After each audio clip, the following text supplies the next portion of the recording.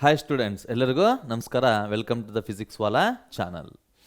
ನೋಡಿ, ಲಾಸ್ಟ್ ಚಾಪ್ಟರ್ಸಲ್ಲಿ ನಾವು ಓದಿದ್ದೀವಿ ಆಲ್ಟರ್ನೇಟಿಂಗ್ ಕರೆಂಟ್ಸ್ ಅಂತ ಅಂದ್ಬಿಟ್ಟು. ಇವಾಗ ನಾವು ಎಲೆಕ್ಟ್ರೋಮ್ಯಾಗ್ನೆಟಿಕ್ ವೇವ್ಸ್ ಅನ್ನೋದನ್ನು ಈ ವಿಡಿಯೋಲಿ ನಾವು ಕಲಿಯೋಣ. ಇದು ಕಲಿಯೋಕ್ಕೂ ಮುಂಚೆ ಏನು ಅಂತಂದಾಗ ವಿ ಹ್ಯಾವ್ ಟು ಅಂಡರ್ಸ್ಟ್ಯಾಂಡ್ ಇದರ ಇಂಪಾರ್ಟೆನ್ಸ್ ಏನು ಅನ್ನೋದು ನಮಗೆ ಗೊತ್ತಿರಬೇಕು. ಏನದು ಅಂತಂದರೆ, ಈ ಮಾಡರ್ನ್ ಲೈಫ್ ಸಿಚುವೇಷನ್ನಲ್ಲಿ ಟೆಕ್ನಾಲಜಿ ಅನ್ನೋದು ಜಾಸ್ತಿ ಆಗ್ತಾ ಇದೆ. ಅದಕ್ಕೆಲ್ಲ ಇಂಟರ್ನೆಟ್ ಆಗಿರ್ಬೋದು, ಮೊಬೈಲ್ ಫೋನ್ಸ್ ಆಗಿರ್ಬೋದು, ಸೆಲ್ಯುಲಾರ್ಸ್ ಆಗಿರ್ಬೋದು, ಇದೆಲ್ಲ ನಮಗೆ ನಡೀತಾ ಇರೋದು ಎಲೆಕ್ಟ್ರೋಮ್ಯಾಗ್ನೆಟಿಕ್ ವೇವ್ಸ್ ಅಂತ ಹೇಳ್ತಾರೆ. ಅದೇ ನಮ್ಮ ಈ ಚಾಪ್ಟರ್ ಇಂಪಾರ್ಟೆನ್ಸ್ ಅಂತಲೂ ಹೇಳ್ಬೋದು. ಇನ್ನು ನಿಮ್ಮ ಬೋರ್ಡ್ಗೆ ಬಂದಿದ್ದಾಗ ಈ ಒಂದು ಚಾಪ್ಟರಿಂದ 2-3 ಮಾರ್ಕ್ ಮಾತ್ರ ನೀವು ಎಕ್ಸ್ಪೆಕ್ಟ್ ಮಾಡಬಹುದು. ಅಷ್ಟೇ ಅಲ್ಲ, ಎಂಟ್ರೆನ್ಸ್ಗೆ ಬಂದಿದ್ದಾಗ you can expect 1 question or nothing ಅಂತಲೂ ಹೇಳ್ಬೋದು. ಸೊ ಈಗ ಈ ಒಂದು ಚಾಪ್ಟರ್ ನಾವು ಏನೇನು ಕಾನ್ಸೆಪ್ಟ್ಸ್ ಓದಬೇಕು ಅನ್ನೋದನ್ನು ನೋಡೋಣ.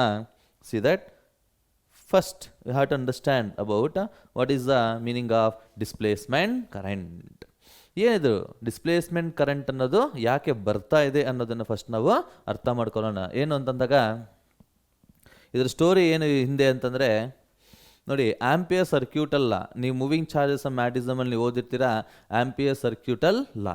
ಈ ಒಂದು ಲಾನ ಬೇಸ್ ಮಾಡಿಕೊಂಡು ಮ್ಯಾಕ್ಸ್ವೆಲ್ ಅವರು ಮ್ಯಾಗ್ನೆಟಿಕ್ ಫೀಲ್ಡ್ನ ಫೈಂಡ್ ಔಟ್ ಮಾಡೋಕ್ಕೆ ಹೋಗ್ತಾರೆ ಎಲ್ಲ ಡಿಫ್ರೆಂಟ್ ಸಿಚುವೇಶನ್ಸಲ್ಲಿ. ಆದರೆ ಯಾವುದೋ ಒಂದು ಪರ್ಟಿಕ್ಯುಲರ್ ಸಿಚುವೇಷನ್ನಲ್ಲಿ ಅವರು ಈ ಆಂಪಿಯರ್ ಸರ್ಕ್ಯೂಟಲ್ ಲಾ ಅನ್ನೋದು ವ್ಯಾಲಿಡ್ ಆಗಲ್ಲ ಅಂತ ಹೇಳ್ತಾರೆ, ಇಲ್ಲ ಇನ್ಕನ್ಸಿಸ್ಟೆನ್ಸಿ ಅಂತ ಹೇಳ್ತಾರೆ. ಅದೇನು ಅಂತ ನೋಡೋಣ. ಆ ಇನ್ಕನ್ಸಿಸ್ಟಿನ ಸರಿ ಮಾಡೋದಕ್ಕೆ will introduce the concept that is displacement current ಅಂತ ಹೇಳ್ತೀವಿ ನಾವು. ಓಕೆನಾ? ಸೊ ಸಿ ಹಿಯರ್, ಮ್ಯಾಕ್ಸ್ವೆಲ್ ಏನು ಹೇಳ್ತಾರೆ ಅಂತಂದರೆ, Maxwell says that there is inconsistency ಅಂತ ಹೇಳ್ತಾರೆ. Inconsistency in ampere circuital law.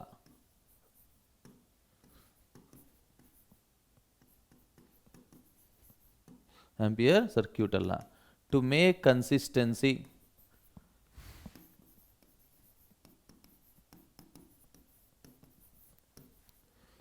introduced, or we need displacement current ಅಂತ ಹೇಳ್ತಾರೆ. ಡಿಸ್ಪ್ಲೇಸ್ಮೆಂಟ್ ಕರೆಂಟ್ ಏನಿದು? What is the basic idea of this displacement current? ಆ basic idea ಅನ್ನೋದಕ್ಕಿಂತ ಮುಂಚೆ ಈ ಡಿಸ್ಪ್ಲೇಸ್ಮೆಂಟ್ ಕರೆಂಟ್ ಅನ್ನೋದು ಹೇಗೆ ಒರಿಜಿನೇಟ್ ಆಗಿದೆ ಅನ್ನೋದನ್ನ ನೋಡೋಣ. ಏನದು ಅಂತಂದರೆ, ನಮಗೆಲ್ಲರಿಗೂ ಗೊತ್ತಿದೆ ಆಂಪಿಯರ್ ಸರ್ಕ್ಯೂಟಲ್ ಲಾ ಏನು ಹೇಳುತ್ತೆ ಅಂತಂದ್ಬಿಟ್ಟು. ವಿ ನೋ ದ್ಯಾಟ್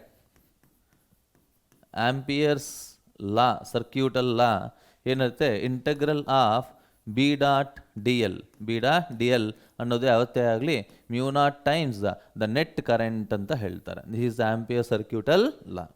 ನೋಡಿ, ಈ ಒಂದು ಲಾನ ಬೇಸ್ ಮಾಡಿಕೊಂಡು ಮ್ಯಾಕ್ಸ್ವೆಲ್ ಅಂತ ಹೇಳ್ತಾರೆ.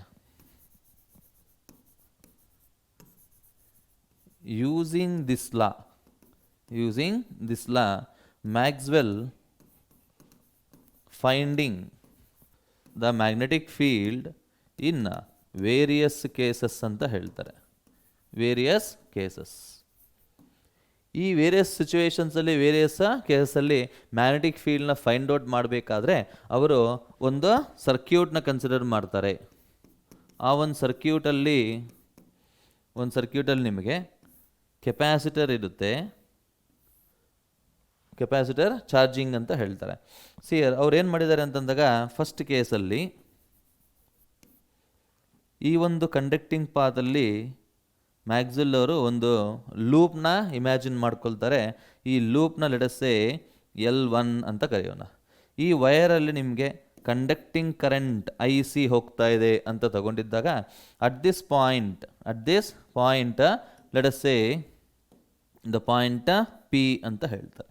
ಈ ಒಂದು ಪಾಯಿಂಟ್ P ಹತ್ರ ಆ್ಯಕ್ಚುಲಾಗಿ ಮ್ಯಾಗ್ನೆಟಿಕ್ ಫೀಲ್ಡ್ ಆಂಪಿಯರ್ ಸರ್ಕ್ಯೂಟೆಲ್ಲ ಅಪ್ಲೈ ಮಾಡಿದ್ರೆ ನಿಮಗೆ ಬಿ ಡಾಟ್ ಡಿ ಎಲ್ ಅನ್ನೋದು ಆ್ಯಕ್ಚುಲಿ μ0 IC ಅಂತ ಹೇಳ್ತಾರೆ, ಕಂಡಕ್ಟಿಂಗ್ ಕರೆಂಟ್ ಬರಬೇಕು. ಸೊ ಇದನ್ನು ನೀವು ಸಿಂಪ್ಲಿಫೈ ಮಾಡಿದ್ದಾಗ ಮ್ಯಾಗ್ನೆಟಿಕ್ ಫೀಲ್ಡ್ ಅನ್ನೋದು μ0 I ಡಿವೈಡ್ ಬೈ 2πr ಅಂತ ಹೇಳ್ತಾರೆ, where R is the distance of the point P from the conducting wire ಅಂತ ಹೇಳ್ತಾರೆ, ಕಂಡಕ್ಟಿಂಗ್ ವಯರ್. ಇವಾಗ ಅವ್ರು ಏನು ಮಾಡಿದ್ದಾರೆ, ಮ್ಯಾಕ್ಸ್ವೆಲ್ ಅವ್ರು ಏನು ಮಾಡಿದ್ದಾರೆ ಅಂತಂದರೆ ಈ ಲೂಪ್ನ, ಈ ಕ್ಲೋಸ್ಡ್ ಲೂಪ್ನ ಚೇಂಜ್ ಮಾಡಿದ್ದಾರೆ. ಯಾವ ರೀತಿ ಚೇಂಜ್ ಮಾಡಿದ್ದಾರೆ ಅಂತಂದರೆ ತೋರಿಸ್ತೀನಿ ನೋಡಿ. See here, there is a capacitor, ಒಂದು ಪ್ಲೇಟ್ ಮೇಲೆ ಪಾಸಿಟಿವ್ ಚಾರ್ಜ್ ಇರುತ್ತೆ, ಇನ್ನೊಂದು ಪ್ಲೇಟ್ ಮೇಲೆ ನೆಗೆಟಿವ್ ಚಾರ್ಜ್ ಇರುತ್ತೆ.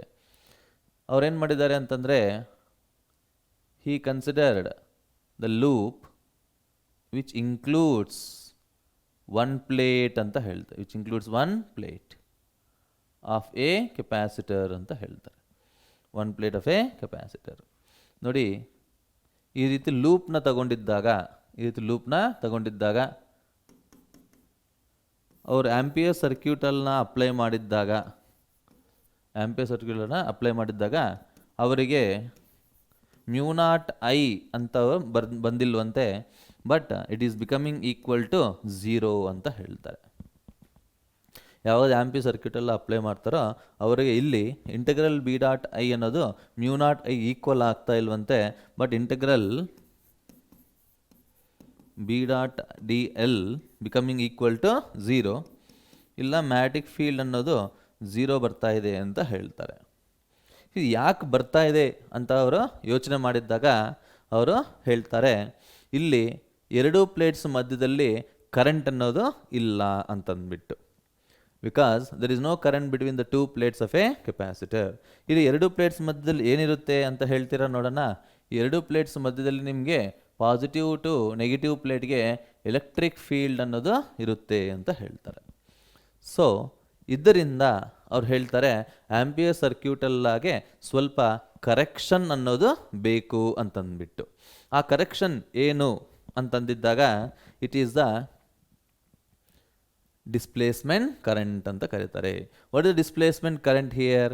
ಡಿಸ್ಪ್ಲೇಸ್ಮೆಂಟ್ ಕರೆಂಟ್ ಅನ್ನೋದು ನಿಮಗೆ ಈ ಎರಡೂ ಕೆಪಾಸಿಟರ್ಸ್ ಮಧ್ಯದಲ್ಲಿ ಬರತಕ್ಕಂಥ ಕರೆಂಟ್ ಅಂತ ಹೇಳ್ತಾರೆ. ಈ ಡಿಸ್ಪ್ಲೇಸ್ಮೆಂಟ್ ಕರೆಂಟ್ನ ಹೇಗೆ ಡಿಫೈನ್ ಮಾಡ್ಬೋದು ನಾವು ಅಂತಂದಾಗ, the current which arise due to the changing electric field or changing electric flux ಅಂತ ಹೇಳ್ತಾರೆ. So see here, what is the displacement current?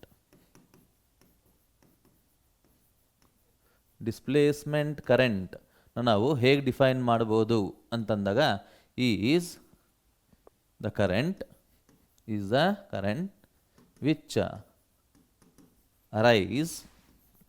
Which arise due to varying electric field ಅಂತ ಹೇಳ್ತಾರೆ. Due to varying electric field ಅಂತ ಹೇಳ್ತಾರೆ.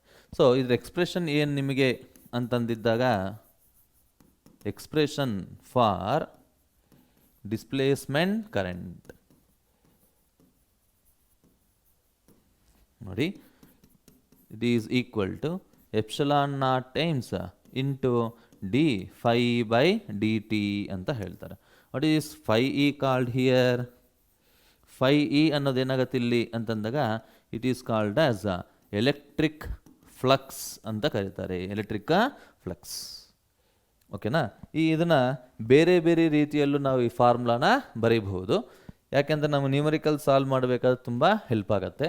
ನೋಡಿ, if A is the area of plates of the capacitor, A is the area of the plates of the capacitor, D ಅನ್ನೋದು ನಿಮಗೆ distance between the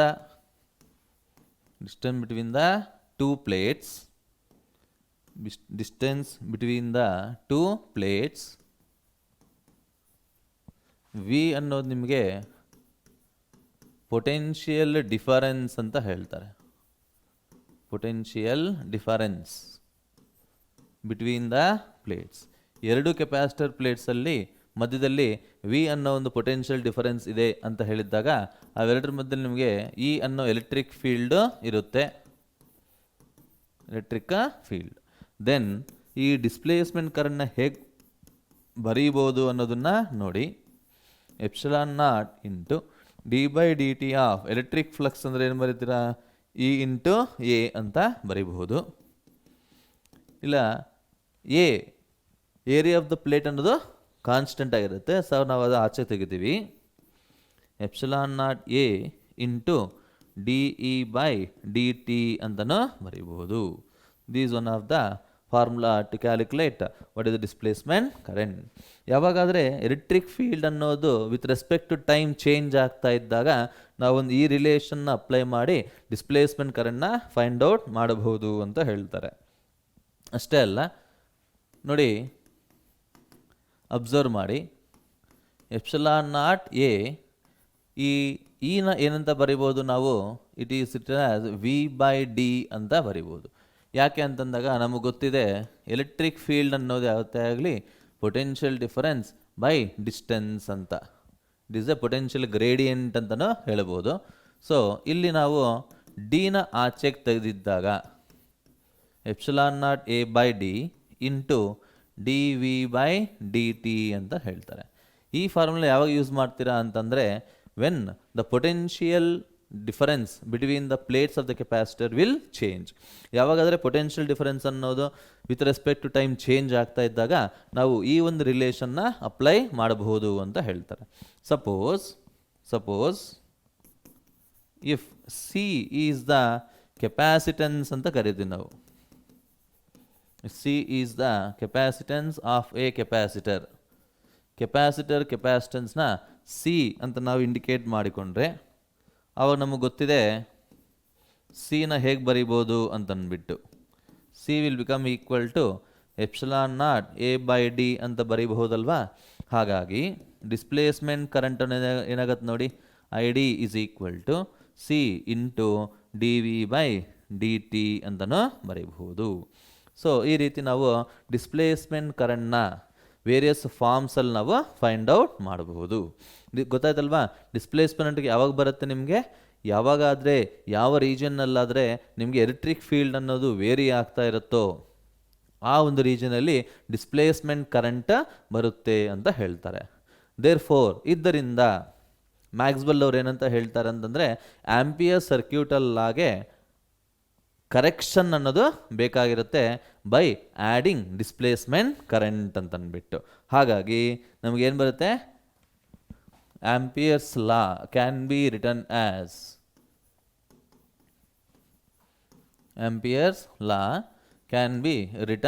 as ನೋಡಿ, integral B dot D L is equal to mu naught times I C plus I D ಅಂತ ಬರೀಬಹುದು.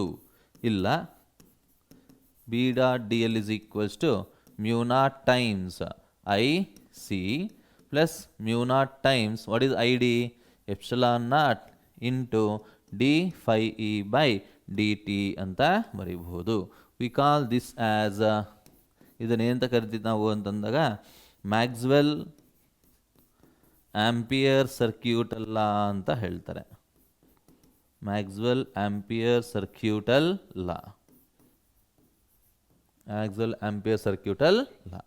So that is about the displacement current and correction for Ampere circuital law by Maxwell ಅಂತ ಹೇಳ್ತಾರೆ. So ಈ ರೀತಿ ನೀವು Maxwell ಲಾನ ನಾವು application ನಾವು ಬರೀಬಹುದು ಅಂತ ಹೇಳ್ತಾರೆ. ನಾವು let us see what are the few problems ನಾವು ನೋಡೋಣ. ಇದರ ಮೇಲೆ ಏನು ಹೇಳ್ತಾ ಇದ್ದಾರೆ ಅಂತ ಒಂದ್ಸರಿ ಅಬ್ಸರ್ವ್ ಮಾಡಿ. In electric circuit there is a capacitor of reactance 100 ohm connected across the source of 220 volt. Find the displacement current ಅಂತ ಹೇಳ್ತಿದ್ದಾರೆ. ಫೈಂಡ್ ದ ಡಿಸ್ಪ್ಲೇಸ್ಮೆಂಟ್ ಕರೆಂಟ್ ಏನು ಹೇಳ್ಬೋದು ನೋಡಿ, ಇಲ್ಲಿ ಕೆಪಾಸಿಟೆನ್ಸ್ ನಿಮಗೆ ಕೊಟ್ಟಿದ್ದಾರೆ which is equals to 100, sorry capacitance ಅಲ್ಲ ನಿಮ್ಗೆ ಕೊಟ್ಟಿರೋದು, ಓಕೆ, ರಿಯಾಕ್ಟೆನ್ಸ್ ಕೊಟ್ಟಿದ್ದಾರೆ ನಿಮಗೆ, ದಟ್ ಈಸ್ ಎಕ್ಸ್ ಸಿ ಅಂತ ಅಂದ್ಬಿಟ್ಟು. ಅಷ್ಟೇ ಅಲ್ಲ, ನಿಮಗೆ ಸೋರ್ಸ್ ವೋಲ್ಟೇಜು ಸಹ ನಿಮಗೆ ಕೊಟ್ಟಿದ್ದಾರೆ, ಇಟ್ ಈಸ್ 220 ವೋಲ್ಟ್. ಹಾಗಿದ್ದಾಗ ಡಿಸ್ಪ್ಲೇಸ್ಮೆಂಟ್ ಕರೆಂಟ್ ಏನಾಗಿರುತ್ತೆ ಅಂತ ಹೇಳ್ತಾ ಇದ್ದಾರೆ. ನಮಗೆ ಗೊತ್ತಿದೆ, we know that current is equals to V by X C ಅಂತ ಬರಿಬೋದು, ಸಿಂಪಲ್ ಓಮ್ಸ್ ಲಾನ ಅಪ್ಲೈ ಮಾಡಿಕೊಂಡು. ನೋಡಿ ಇಲ್ಲಿ ವಿ ಅನ್ನೋದೇನಾಗಿರುತ್ತೆ ನಿಮಗೆ 220 ಡಿವೈಡ್ ಬೈ ಎಕ್ಸ್ ಸಿ ಅಂತಂದರೆ 100 ಆಗಿರುತ್ತೆ. Therefore displacement current will become equals to 2.2 ampere ಅಂತ ಹೇಳ್ಬೋದು. ಡಿಸ್ಪ್ಲೇಸ್ಮೆಂಟ್ ಕರೆಂಟ್ ಏನಂದರೆ 2.2 ಆಂಪಿಯರ್. ಗೊತ್ತಾಗಿದಲ್ವ ಹೇಗೆ ಸಾಲ್ವ್ ಮಾಡಬೇಕು ಅಂತ ಅಂದ್ಬಿಟ್ಟು. ಅದೇ ರೀತಿ ನೀವು ಇನ್ನೊಂದು ಪ್ರಾಬ್ಲಮ್ನ ಸಾಲ್ವ್ ಮಾಡೋಣ. ಒಂದ್ಸರಿ ಅಬ್ಸರ್ವ್ ಮಾಡಿ ಇಲ್ಲಿ. In which way you can establish an instantaneous displacement current of 1 ampere in the space between the parallel plates of 1 microfarad capacitor ಅಂತ ಹೇಳ್ತಾ ಇದ್ದಾರೆ. ಯಾವ ರೀತಿ ನೀವು ಕೆಪಾಸಿಟರ್ ಮಧ್ಯದಲ್ಲಿ ಡಿಸ್ಪ್ಲೇಸ್ಮೆಂಟ್ ಕರೆಂಟ್ನ ನೀವು ಎಸ್ಟಾಬ್ಲಿಷ್ ಮಾಡಬಹುದು. ಎಷ್ಟು ಡಿಸ್ಪ್ಲೇಸ್ಮೆಂಟ್ ಕರೆಂಟ್ ಬರಬೇಕು ನಮಗೆ? 1 ಆಂಪಿಯರ್ ಅಷ್ಟು ಕರೆಂಟ್ ಬರಬೇಕಾಗಿರುತ್ತೆ ಅಂತ ಹೇಳ್ತಾರೆ. What is the capacitance given? It is 1 microfarad. So ನೋಡೋಣ. ಡಿಸ್ಪ್ಲೇಸ್ಮೆಂಟ್ ಕರೆಂಟ್ ಅನ್ನೋದು ನಿಮಗೆ which is equal to 1.0 ampere ಅಂತ ಹೇಳ್ತಾರೆ. What is the capacitance value here? 1 microfarad. 1 into 10 power -6 farad ಅಂತನೂ ಬರೀಬಹುದು. ಹಾಗಿದ್ದಾಗ ಇನ್ ವಿಚ್ ವೇ ನಮಗೆ ಗೊತ್ತಿಲ್ಲ, ನಾವು ಕ್ಯಾಲ್ಕುಲೇಟ್ ಮಾಡೋಣ. See here we know that I D is equal to, in terms of C ನಮಗೇನು ಗೊತ್ತಿದೆ ನಮಗಿಲ್ಲಿ? C into D V by D T ಅಂತ ಬರಿಬಹುದು. ಸಿಂಪ್ಲಿಫೈ ಮಾಡಿ ಇಲ್ಲಿ displacement is 1 which is equal to C ಅಂದರೆ 1 into 10 to the power of -6 ಅಂತ ಹೇಳ್ಬೋದು, into D V by D T ಅಂತ ಬರಿಬೋದು. ಸೊ ಸಿಂಪ್ಲಿಫೈ ಮಾಡಿ D V by D T ಅನ್ನೋದೇನಾಗತ್ತೆ ನೋಡಿ, 10 to the power of +6 volt per second ಅಂತ ಹೇಳ್ತಾರೆ. ಅಂತಂದರೆ ಈ ಎರಡು ಕೆಪಾಸಿಟರ್ ಪ್ಲೇಟ್ಸ್ ಮಧ್ಯದಲ್ಲಿ ಪೊಟೆನ್ಷಿಯಲ್ ಡಿಫರೆನ್ಸ್ ಅನ್ನೋದನ್ನು 10⁻6 ವೋಲ್ಟ್ ಪರ್ ಸೆಕೆಂಡ್ ನಾವೇನಾದರೂ ಚೇಂಜ್ ಮಾಡಿದರೆ, ಅಂದರೆ 1 ಸೆಕೆಂಡ್ಗೆ 10⁻6 ವೋಲ್ಟ್ ಅಷ್ಟು ಪೊಟೆನ್ಷಿಯಲ್ ಡಿಫರೆನ್ಸ್ನ ಚೇಂಜ್ ಮಾಡಿದ್ರೆ ನಾವು ಆವಾಗ ಈ ಎರಡೂ ಪ್ಲೇಟ್ಸ್ ಮಧ್ಯದಲ್ಲಿ 1 ಆಂಪಿಯರ್ ಡಿಸ್ಪ್ಲೇಸ್ಮೆಂಟ್ ಕರೆಂಟ್ನ ಪ್ರೊಡ್ಯೂಸ್ ಮಾಡಬಹುದು ಅಂತ ಹೇಳ್ತಾರೆ. ದಟ್ ಮೀನ್ಸ್ ಸೆಂಟೆನ್ಸಲ್ಲಿ ಬರಿತಾ ಇದ್ದೀನಿ, if we change potential difference between the plates at the rate of 10⁻6 volt per second, then we can establish 1 ampere displacement current ಅಂತ ಹೇಳ್ತಾರೆ. 1 ampere displacement current. ಅರ್ಥ ಆಯ್ತಲ್ವಾ ಹೇಗೆ ಸಾಲ್ವ್ ಮಾಡಬೇಕು, ಇದನ್ನು ಬೇಸ್ ಮಾಡಿಕೊಂಡು ನ್ಯೂಮೆರಿಕಲ್ಸ್ನ ಅಂತ ಅಂದ್ಬಿಟ್ಟು. ನೋಡಿ, ಈ ಮ್ಯಾಕ್ಸ್ವೆಲ್ ಅವರು ಎಲ್ಲ ಈಕ್ವೇಷನ್ಸ್ನ ಸಾಲ್ವ್ ಮಾಡಿ, ಎಲ್ಲ ಈಕ್ವೇಷನ್ಸ್ನ ಸ್ಟಡಿ ಮಾಡಿ ಅವ್ರದ್ದೇ ಆಗಿರ್ತಕ್ಕಂಥ ಈಕ್ವೇಷನ್ಸ್ನ ಕೊಟ್ಟಿದ್ದಾರೆ. ಅದು 4 ಈಕ್ವೇಷನ್ಸ್ ಆಗಿರುತ್ತೆ. ನಿಮಗೆ ಬೋರ್ಡ್ ಎಕ್ಸಾಮಿನೇಷನಲ್ಲಿ ಸಿಂಪಲ್ಲಾಗಿ ರೈಟ್ ಮ್ಯಾಕ್ಸ್ವೆಲ್ಸ್ ಈಕ್ವೇಷನ್ಸ್ ಅಂತ ಹೇಳ್ತಾರೆ. ರೈಟ್ ಮ್ಯಾಕ್ಸ್ವೆಲ್ಸ್ ಈಕ್ವೇಷನ್ಸ್ ಅಂತ ಅವು ಏನೂ ಇಲ್ಲ, it is A mixture of all the non equations ಅಂತ ಹೇಳ್ಬೋದು. ಸೊ ಅದರಲ್ಲಿ ಮ್ಯಾಕ್ಸ್ವೆಲ್ಸ್ ಫಸ್ಟ್ ಈಕ್ವೇಷನ್ ಏನು ಬರುತ್ತೆ ಅಂತಂದರೆ, it is equals to integral E dot D S will become equal to integral E dot ds will become equal to 1/epsilon times the net charge ಅಂತ ಹೇಳ್ತಾರೆ. ಯಾವುದು ಹೇಳಿದ ಈಕ್ವೇಷನ್ ಏನು ಕೊಡುತ್ತೆ ನಿಮಗಿದು? This equation will give the Gauss law ಅಲ್ವಾ, Gauss law ಇನ್ electrostatics ಅಂತ ಹೇಳ್ಬೋದು. ಗಾಸ್ ಲಾ ಇನ್ ಎಲೆಕ್ಟ್ರೋಸ್ಟ್ಯಾಟಿಕ್ಸ್ ಅಂತ ಕರೀತಾರೆ. ಅದೇ ರೀತಿ ನಿಮಗೆ ಸೆಕೆಂಡ್ ಒನ್ ನೋಡೋಣ. Integral B dot D S, that means line surface integral of magnetic field over a closed surface ಅಂತ ಹೇಳ್ತಾರೆ. ಇಟ್ ಈಸ್ ಈಕ್ವಲ್ ಟು 0 ಅಂತ ಹೇಳ್ತಾರೆ. ವಾಟ್ ಈಸ್ ದಿಸ್ ಅಂತಂದಾಗ ಇದು ಯಾವುದನ್ನು ಇಂಡಿಕೇಟ್ ಮಾಡುತ್ತೆ ನಿಮಗೆ ಅಂತಂದರೆ, it will give Gauss law in magnetism ಇಲ್ಲ ಮ್ಯಾಗ್ನೆಟೋಸ್ಟ್ಯಾಟಿಕ್ಸ್ ಅಂತ ಹೇಳ್ತಾರೆ. ಗೊತ್ತದಲ್ವಾ? ಇನ್ ದ ಸೇಮ್ ಮ್ಯಾನರ್ ಇದೇ ರೀತಿ ನಿಮಗೆ ಇನ್ನೊಂದು ಈಕ್ವೇಷನ್ ನಾವು ಬರೀಬಹುದು. ಏನದು ಅಂತಂದಾಗ line integral of E dot D L E dot D L E dot D L will become equal to minus D by D T of phi B ಅಂತ ಹೇಳ್ತಾರೆ. What is this phi B? Phi B ಅಂದರೆ ಏನು ಅಂತಂದಾಗ it is magnetic flux ಅಂತ ಕರಿತೀವಿ. Magnetic flux ಏನಿದು ಅಂತಂದರೆ whenever there is a change in magnetic flux link to a coil, ಅವಾಗ ಇ ಎಮ್ ಎಫ್ ಅನ್ನೋದು ಜನರೇಟ್ ಆಗುತ್ತೆ ಅಂತ ಹೇಳ್ತಾರೆ. ವಿ ಕಾಲ್ ದಿಸ್ ಆ್ಯಸ್, ಇದನ್ನು ನಾವೇನಂತ ಕರಿಬೋದು ನಾವು ಅಂತಂದರೆ we call this as Faraday's law ಅಂತಲೂ ಹೇಳ್ಬೋದು ನಾವು. Faraday's law of electromagnetic induction ಅಂತ ಹೇಳ್ತಾರೆ. Electromagnetic induction is a Faraday's law of electromagnetic induction ಅಂತ ಕರೀತಾರೆ. Later we have to think that is ನಾಲ್ಕನೇದೇನು ಅಂತಂದಾಗ it is integral of B dot D L will become equal to ನಿಮಗೆ mu naught times I C plus epsilon naught into D phi E by D T ಅಂತ ಬರೀಬಹುದು. ಇದನ್ನು ಏನಂತ ಕರೆದಿದ್ದಾರೆ ನೋಡಿ, we call this as Ampere circuital law.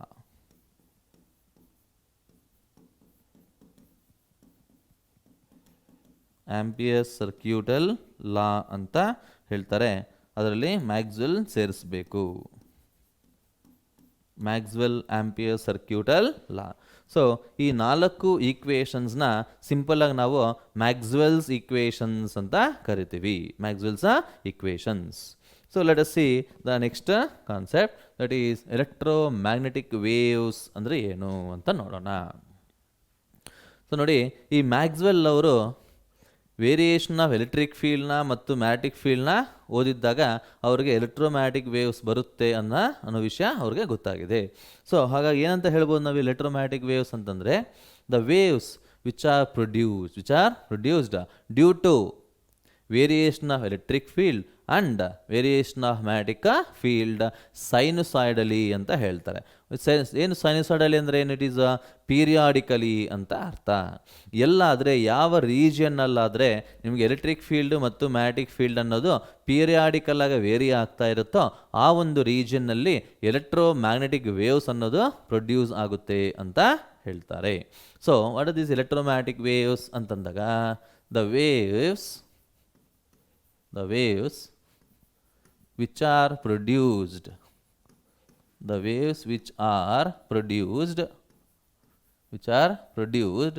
due to varying electric field and magnetic field ಸೈನುಸಾಯ್ಡಲಿ ಅಂತ ಹೇಳ್ತಾರೆ. ಸೈನುಸಾಯ್ಡಲಿ are called electromagnetic waves.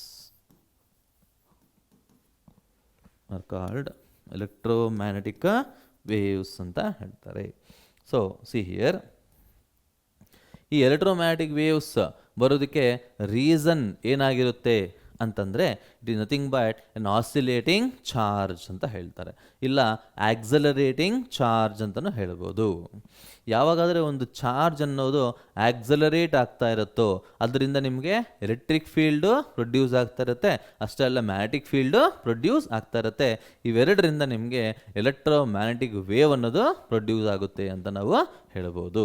So what is the source?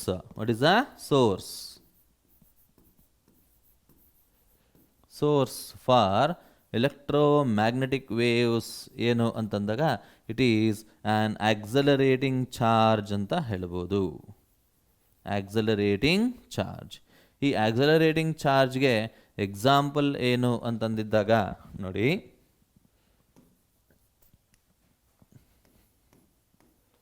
oscillating charge. Oscillating charge is an example of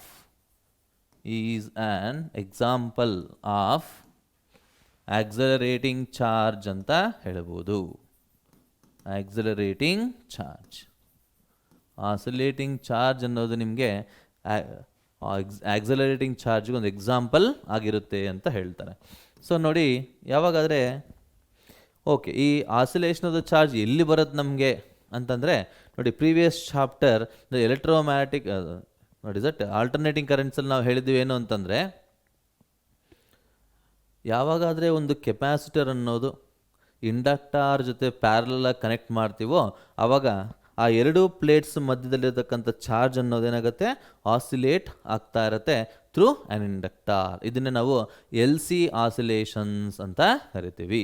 ಹಾಗಾಗಿ what is the frequency of this oscillating charge or frequency of electromagnetic wave ಅಂತಲೂ ಹೇಳ್ಬೋದು. Electromagnetic wave, frequency of electromagnetic wave is equals to F is equals to 2 pi 1 by 2 pi root LC ಅಂತ ಹೇಳ್ತಾರೆ. F is equal to 1 by 2 pi root LC. This is the frequency of oscillations. ಇದಕ್ಕೆ ನಾವು LC oscillations ಅಂತನೂ ಕರಿಬಹುದು. LC oscillations.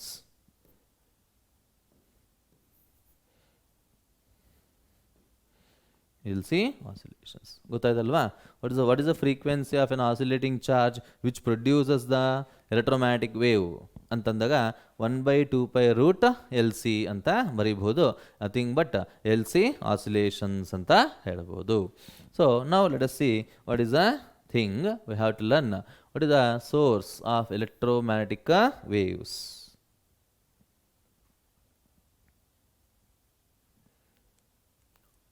Already ನಾವು ಹೇಳಿದ್ದೀವಿ.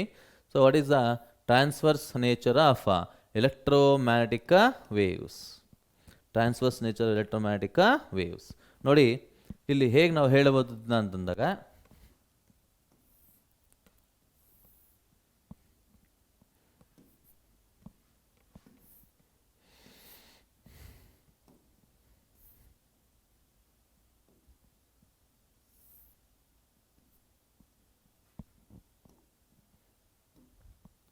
ಯಾವಾಗಾದರೆ ನಿಮಗೆ electric field ಮತ್ತು ಮ್ಯಾಗ್ನೆಟಿಕ್ ಫೀಲ್ಡ್ ಅನ್ನೋದು ಪೀರಿಯಾಡಿಕಲಿ ವೇರಿ ಆಗ್ತಾ ಇರುತ್ತೋ,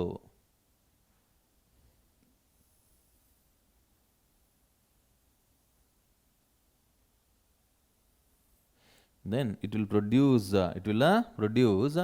what is the electromagnetic wave ಅಂತ ಹೇಳ್ತಾರೆ. This is the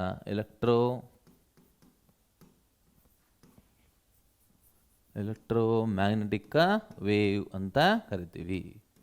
ನೋಡಿ, ಇದು ಯೆಲ್ಲೋ ಕಲರ್ ಏನು ಇಂಡಿಕೇಟ್ ಮಾಡುತ್ತೆ ನಿಮಗೆ ಅಂತಂದರೆ ವೇರಿಯೇಷನ್ ಆಫ್ ಎಲೆಕ್ಟ್ರಿಕ್ ಫೀಲ್ಡ್ ಅಂತ ಹೇಳ್ತಾರೆ. ರೆಡ್ ಕಲರ್ ಏನು ಇಂಡಿಕೇಟ್ ಮಾಡುತ್ತೆ ನಿಮಗೆ ಅಂತಂದರೆ ವೇರಿಯೇಷನ್ ಆಫ್ ಮ್ಯಾಗ್ನೆಟಿಕ್ ಫೀಲ್ಡ್ ಅಂತ ಕರಿಬಹುದು. ನೋಡಿ, ಇಲ್ಲಿ ಒಂದ್ಸರಿ ಅಬ್ಸರ್ವ್ ಮಾಡಿ ಹೇಗಿರುತ್ತೆ ಅಂತ.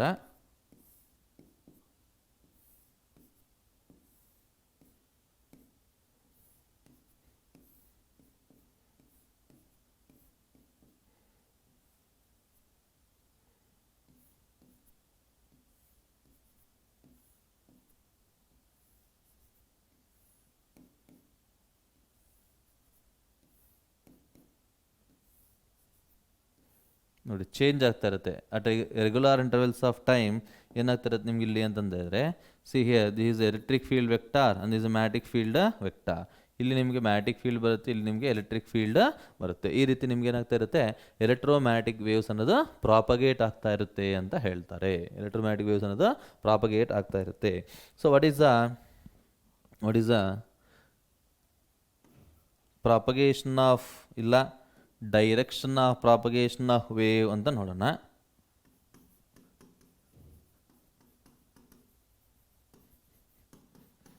Direction of propagation of electromagnetic wave ಹೇಗಿರುತ್ತಿದ್ದು ಅಂತಂದಾಗ we can say S vector is equals to E vector cross B vector ಅಂತ ಹೇಳ್ತಾರೆ. S vector is equals to E vector cross B vector. So see here X vector ನಾವು Poynting vector ಅಂತಲೂ ಕರಿಬಹುದು. ಅಂತಂದರೆ electromagnetic wave ಯಾವ ಡೈರೆಕ್ಷನಲ್ಲಿ ಹೋಗುತ್ತೆ ಅನ್ನೋದು ಈ ಎಸ್ ವೆಕ್ಟಾರ್ ಅನ್ನೋದು ನಮಗೆ ಕೊಡುತ್ತೆ ಅಂತ ಹೇಳ್ತಾರೆ. ನಾವು ಕ್ರಾಸ್ ಪ್ರಾಡಕ್ಟ್ ನಾಲೆಡ್ಜಿಂದ ಈಸಿಯಾಗಿ ಐಡೆಂಟಿಫೈ ಮಾಡಬಹುದು. ಏನು ಅಂತಂದರೆ ಈ ಎಸ್ ವೆಕ್ಟಾರ್ ಅನ್ನೋದು cross product of E and B ಆಗಿರೋದ್ರಿಂದ ಎಸ್ ಅನ್ನೋದು ಇಗೆ ಪರ್ಪೆಂಡಿಕ್ಯುಲರ್ ಆಗಿರುತ್ತೆ, ಬಿಗೂ ಪರ್ಪೆಂಡಿಕ್ಯುಲರ್ ಆಗಿ ಇರುತ್ತೆ ಅಂತ ಹೇಳ್ತಾರೆ. Therefore we can say see here ಏನಿದೆ ಎಲೆಕ್ಟ್ರಿಕ್ ಫೀಲ್ಡ್ನ ಹೇಗೆ ಬರೀಬೋದು ಅಂತಂದರೆ E is equals to E naught sine omega T minus K X ಅಂತ ಬರಿಬೋದು. ಅದು ನಿಮಗೆ ಬಿ ಅನ್ನೋದು ನಿಮಗೆ B naught sine omega T minus K X ಅಂತಲೂ ಬರೀಬಹುದು. ಒಂದ್ಸರಿ ಇಲ್ಲಿ ಅಬ್ಸರ್ವ್ ಮಾಡಿ, what is E and B? E and B, E and B are instantaneous values ಅಂತ ಕರಿತೀವಿ.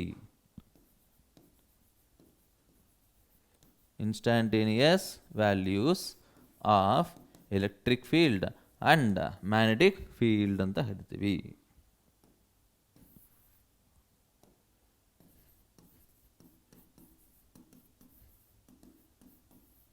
Electric field and magnetic field.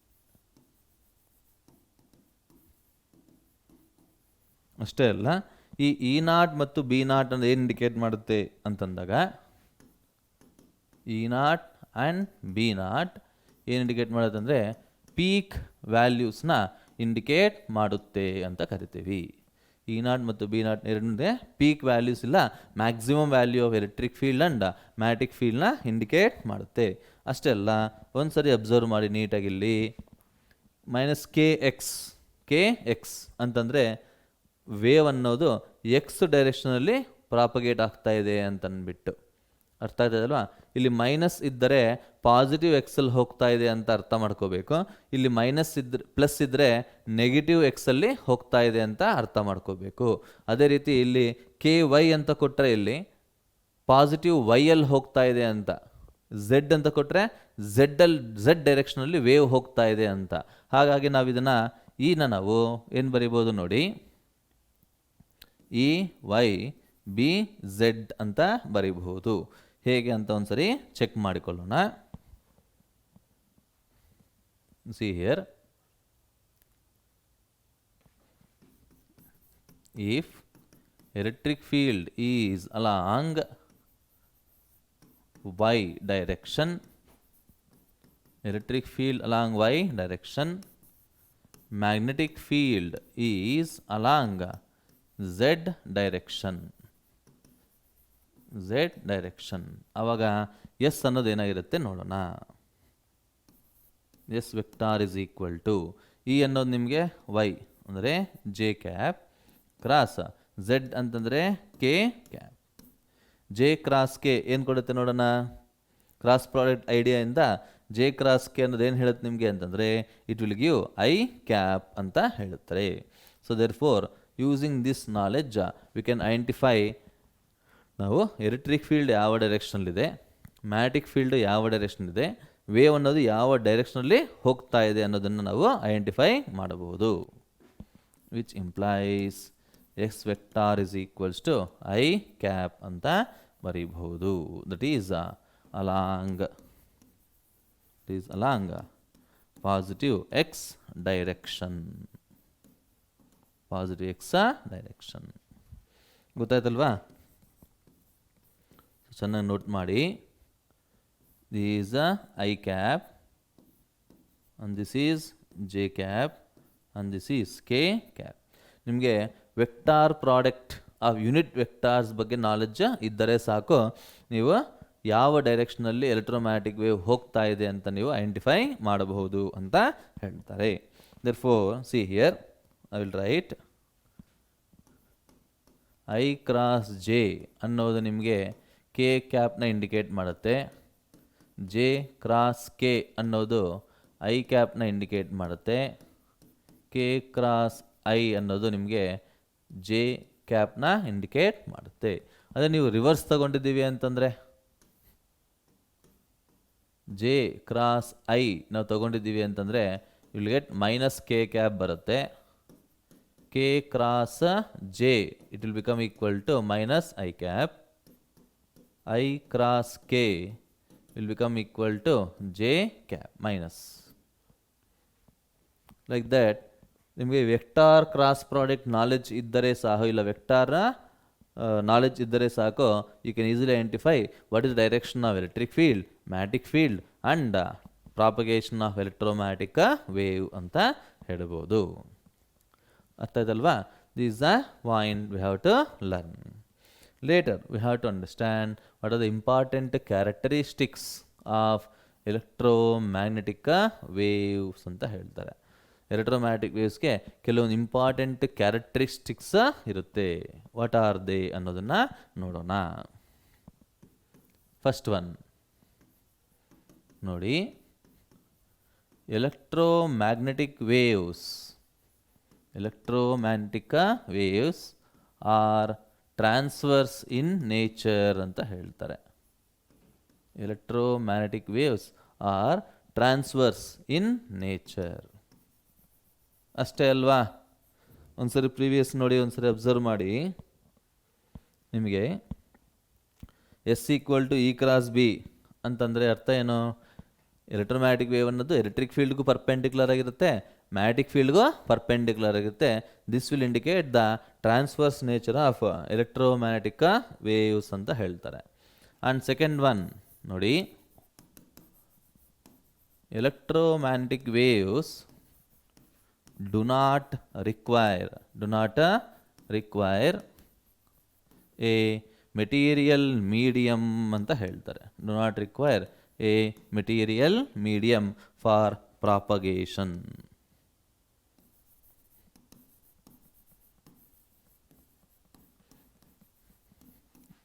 ಅಂದರೆ ಒಂದು ಮೀಡಿಯಂ ಇದ್ದರೂ ಇಲ್ಲದೆ ಹೋದರೂ ಎಲೆಕ್ಟ್ರೋಮ್ಯಾಗ್ನೆಟಿಕ್ ವೇವ್ಸ್ ಅನ್ನೋದು ಹೋಗ್ತಾನೇ ಇರುತ್ತೆ ಅಂತ ಹೇಳ್ತಾರೆ.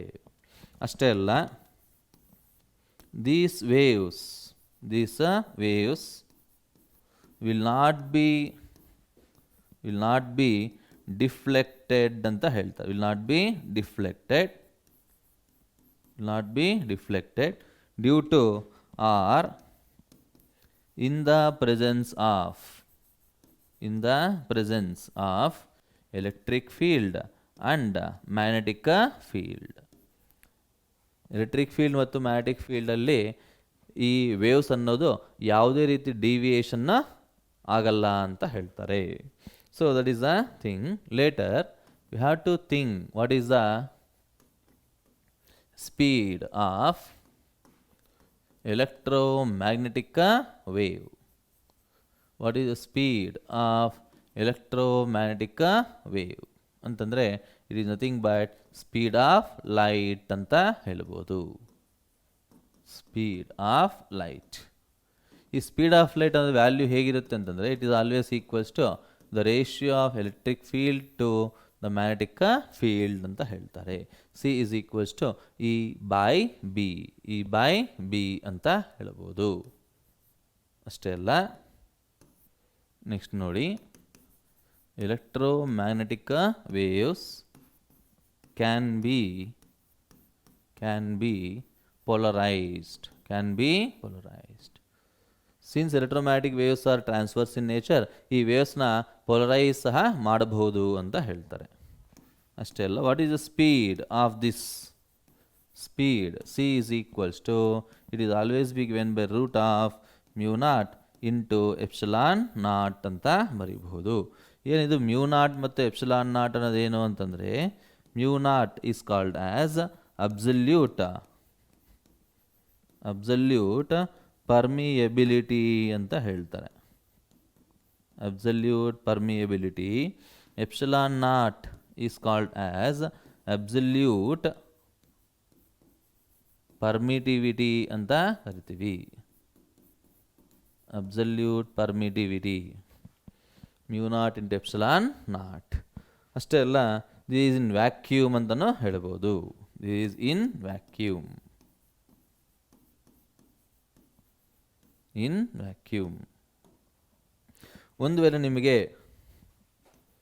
ಮೀಡಿಯಮಲ್ಲಿ ತಗೊಂಡಿದ್ದೀವಿ ಅಂತಂದರೆ, ಯಾವುದಾದ್ರೂ ಒಂದು ಮೀಡಿಯಮಲ್ಲಿ ನಾವು ತಗೊಂಡಿದ್ದಾಗ ಸ್ಪೀಡ್ ಅನ್ನೋದು ವಿ ಆಗಿರುತ್ತೆ. ಅದು ನಿಮಗೆ ಯಾವತ್ತೇ ಆಗಲಿ it is equal to root of mu into epsilon ಅಂತ ಬರೀಬಹುದು. So V will become equals to 1/√. Mu ಅಂದ್ರೇನು? Permeability of a given medium ಅಂತ ಹೇಳ್ತಾರೆ. ಎಪ್ಸಲಾನ್ ಅಂದ್ರೆ ಏನು? Permittivity of a given medium ಅಂತ ಹೇಳ್ತಾರೆ. So mu can be written as mu naught into mu R. Epsilon can be written as epsilon naught into epsilon R ಅಂತ ಬರೀಬಹುದು. ಇಲ್ಲ, epsilon ಆರ್ನ ಕೆ ಅಂತಲೂ ಬರೆದಿರ್ತಾರೆ ಕೆಲವು ಬುಕ್ಸಲ್ಲಿ, ಡೈಎಲೆಕ್ಟ್ರಿಕ್ ಕಾನ್ಸ್ಟೆಂಟ್ ಅಂತಂದ್ಬಿಟ್ಟು. ಹಾಗಾಗಿ ಒಂದ್ಸರಿ ಅಬ್ಸರ್ವ್ ಮಾಡಿ, ಇದನ್ನು ನಾವು ರೀರೈಟ್ ನಾವು ಮಾಡಿದ್ದಾಗ 1/√. Mu naught epsilon naught into root of mu R into epsilon R ಅಂತ ಬರೀಬಹುದು. ಹಾಗಿದ್ದಾಗ ವಿ ವೆಲಾಸಿಟಿ ಅನ್ನೋದೇನಾಗತ್ತೆ ನೋಡಿ 1/√μ0 ಎಪ್ಸಿಲಾನ್ ನಾಟ್ ಅನ್ನೋದು ನಿಮಗೆ ಸಿ ಅಂತ ಬರಿತೀವಿ.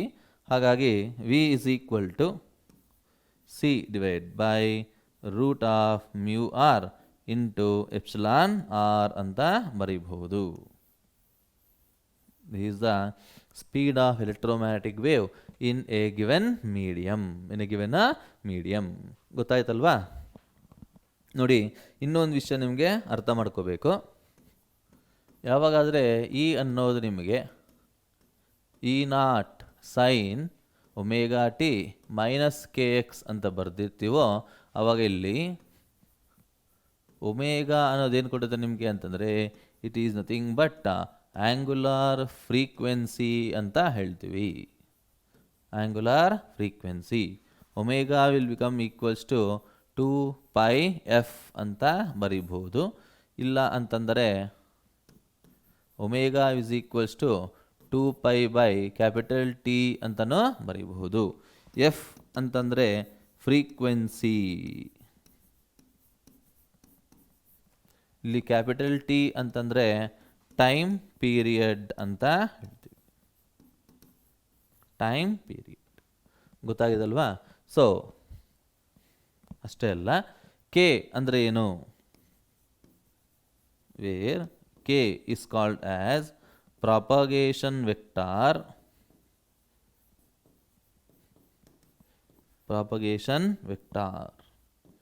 ಸೊ ಇದ್ರ ವ್ಯಾಲ್ಯೂ ಏನಾಗಿರುತ್ತೆ ನಿಮಗೆ ಅಂತಂದರೆ, ಕೆ ಅನ್ನೋದು ಇಟ್ ಈಸ್ ಈಕ್ವಲ್ಸ್ ಟು 2π/λ ಅಂತ ಬರೀಬಹುದು. What is lambda here? Where lambda ಅನ್ನೋದು ನಿಮಗೆ it is wavelength of the wave ಅಂತ ಕರೀಬಹುದು. Wavelength of the electromagnetic wavelength of electromagnetic wave ಅಂತ ಹೇಳ್ತಾರೆ. ಅಷ್ಟೇ ಅಲ್ಲ, ನಿಮಗೆ ಸಿ ನಮಗೆ ಬೇಕು ಅಂತಂದರೆ ವಿ ಕ್ಯಾನ್ ರೈಟ್ ಆಸ್ ಒಮೇಗಾ/ಕೆ ಅಂತ ಬರೀಬಹುದು. ಸಿ ಇಸ್ ಈಕ್ವಲ್ ಟು ಒಮೇಗಾ/ಕೆ. ಬೇಕಾದ್ರೆ ಚೆಕ್ ಮಾಡಿ, ಬೇಕಾದರೆ ಇಲ್ಲಿ ಒಮೇಗಾ ಅಂದರೆ 2πf ಬರುತ್ತೆ, ಕೆ ಅಂದರೆ 2π/λ ಬರುತ್ತೆ. 2π ಕ್ಯಾನ್ಸಲ್ ಆದರೆ ಎಫ್ ಇಂಟು ಲ್ಯಾಂಬ್ಡಾ ಅಂತ ಬರುತ್ತೆ. It will give what is the speed of light. ಇಲ್ಲ ಅಂತಂದರೆ ಇದನ್ನು ವಿ ಅಂತ ಕರೆಯೋಣ. ಸ್ಪೀಡ್ ಆಫ್ ಎಲೆಕ್ಟ್ರೋಮ್ಯಾಗ್ನೆಟಿಕ್ ವೇವ್ ಅಂತ ಕರಿತೀವಿ. Speed of electromagnetic wave. ನೋಡಿ, ನೆಕ್ಸ್ಟ್ ಪಾಯಿಂಟ್ ಏನು ಹೇಳ್ಬೋದು ನಾವಿಲ್ಲಿ ಅಂತಂದರೆ,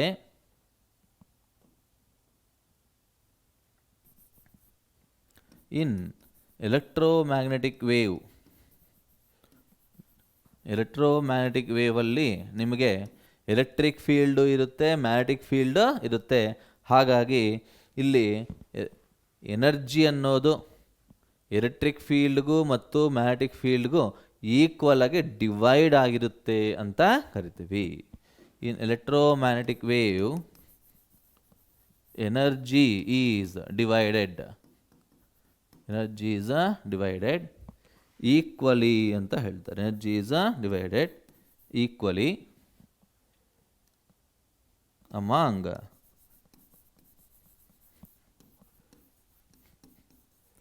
electric field and magnetic field ಅಂತ ಹೇಳ್ಬೋದು.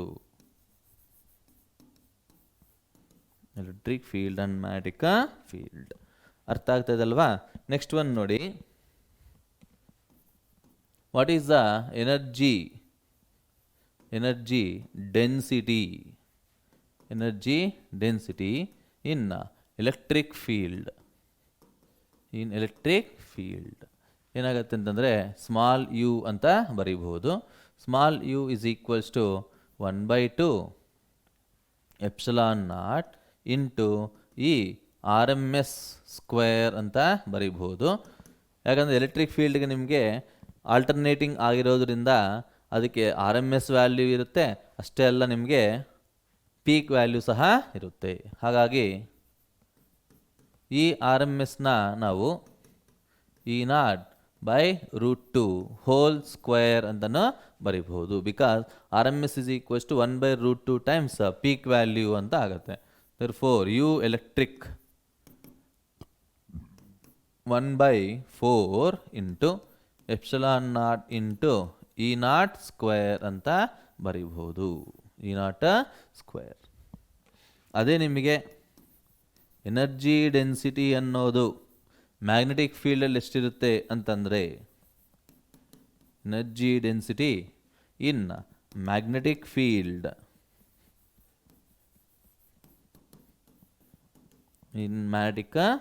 ಅನ್ನೋದು ನಿಮಗೆ UM ಅಂತ ಬರೆಯೋಣ. Is equals to 1/2 μ0 into BRMS square ಅಂತ ಬರೀಬಹುದು. ಇಲ್ಲ ಪೀಕ್ ವ್ಯಾಲ್ಯೂವಲ್ಲಿ ಬರೀಬೇಕು ಅಂತಂದರೆ 1/4 μ0 ಇಂಟು B0 ಸ್ಕ್ವೇರ್ ಅಂತ ಬರೀಬಹುದು.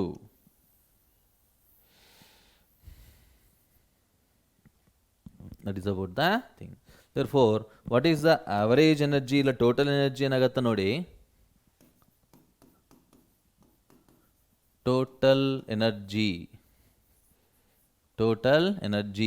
will become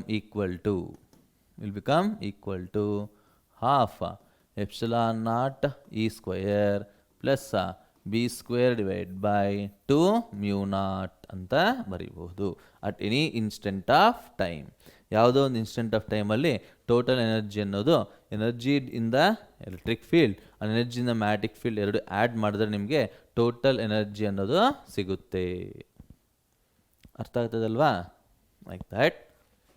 In the same manner, we can write this value as it can be equals to ಏನು ಬರೀಬೋದು ನೋಡಿ, ಎಪ್ಸಿಲಾನ್ ನಾಟ್ E ಸ್ಕ್ವೇರ್ ಅಂತ ಬರೀಬಹುದು. ಇಲ್ಲ ಅಂತಂದಿದ್ದಾಗ it is also be equal to B square by μ0 ಅಂತಲೂ ಬರೀಬೋದು. ಯಾಕೆ ಅಂತಂದರೆ ನಿಮಗೆ ಎಲೆಕ್ಟ್ರಿಕ್ ಫೀಲ್ಡಲ್ಲಿ ಎಷ್ಟು ಎನರ್ಜಿ ಇರುತ್ತೋ ಮ್ಯಾಗ್ನೆಟಿಕ್ ಫೀಲ್ಡಲ್ಲೂ ಸಹ ಅಷ್ಟೇ ಎನರ್ಜಿ ಇರುತ್ತೆ.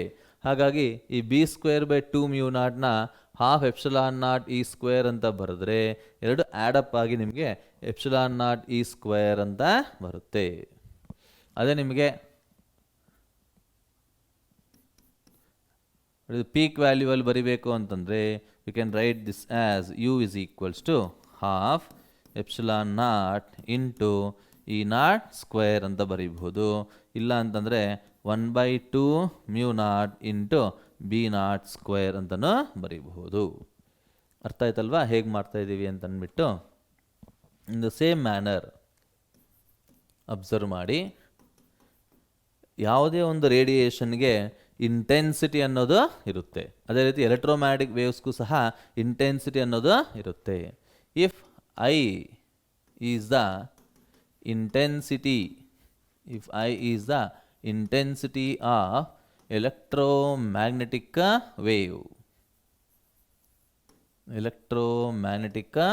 wave ನಾವು I ಏನಂತ ಬರೀಬೋದು ನೋಡಿ, U average ಇಂಟು C ಅಂತ ಬರೀಬೋದು. where c is speed of light. Intensity I average is equal to U average into c. ಗೊತ್ತಾಯ್ತಲ್ವಾ? ಅಷ್ಟೇ ಅಲ್ಲ, ಯಾವಾಗಾದರೆ ಈ ರೇಡಿಯೇಷನ್ ಅನ್ನೋದು ನಿಮಗೆ ಒಂದು ಸರ್ಫೇಸ್ ಮೇಲೆ ಬೀಳುತ್ತೋ, whenever the radiation is made to incident on any surface, it will transfer momentum ಅಂತ ಹೇಳ್ತೀವಿ. It will transfer momentum. So what is the momentum transferred to the surface? To the surface ಅಂತ ನೋಡೋಣ. If E ಅನ್ನೋದು ನಿಮಗೆ energy ಅಂತ ಕರೆಯೋಣ. If E is the energy of the waves, if E is energy of electromagnetic wave, then momentum transferred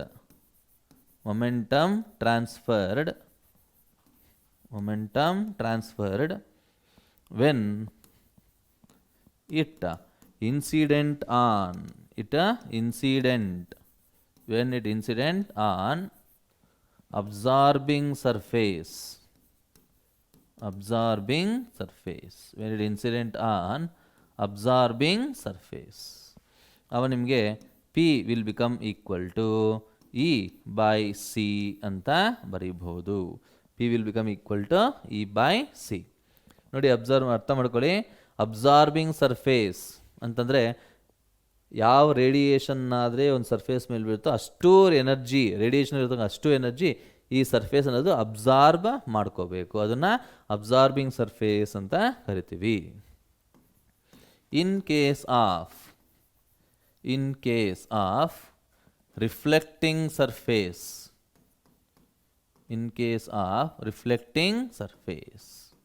ಏನಾಗುತ್ತೆ ನೋಡೋಣ. See here,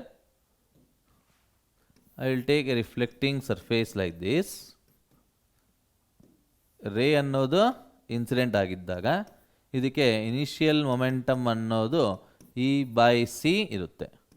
ಮತ್ತು ಇಲ್ಲೇನಾಗುತ್ತೆ, reflect ಆಗುತ್ತೆ. ಹಾಗಾಗಿ ಫೈನಲ್ ಮೊಮೆಂಟಮ್ ಅನ್ನೋದು ಸಹ E by C ಬರುತ್ತೆ.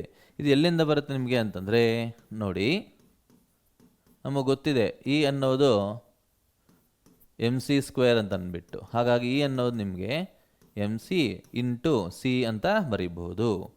E by C, MC ಅನ್ನೋದೇನು ನಿಮ್ಗೆ ಅಂತಂದಾಗ it is nothing but momentum ಅಂತ ಹೇಳ್ತಾರೆ. Therefore what is the momentum transferred?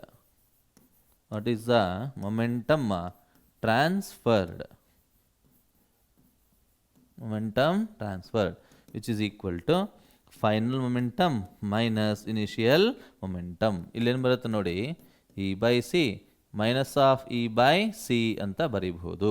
Which is equal to 2E by C ಅಂತ ಹೇಳ್ಬೋದು. Change in momentum or momentum transferred will become equals to 2E by C. ಗೊತ್ತಾಗಿದಲ್ವಾ? In the same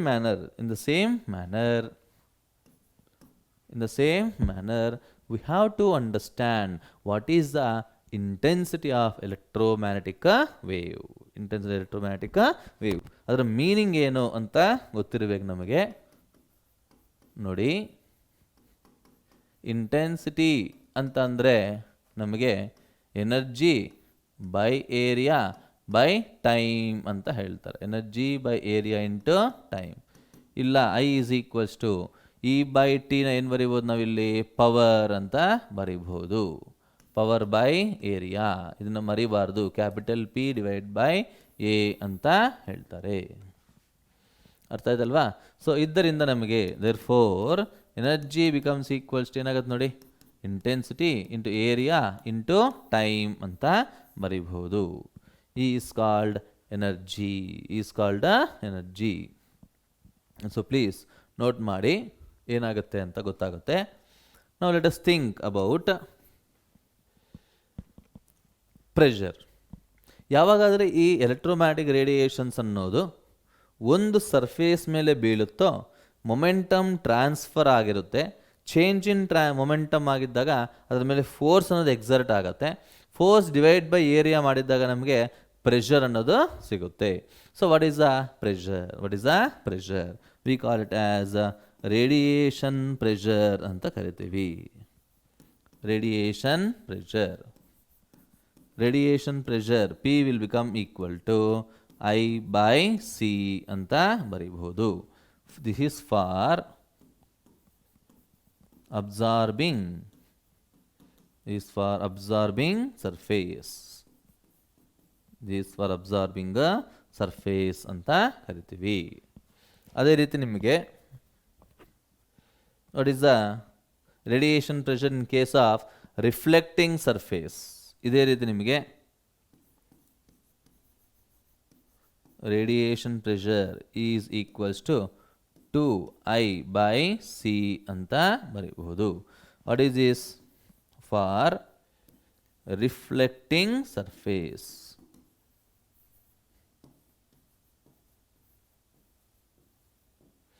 Or reflecting surface, we can write P is equals to 2I/C.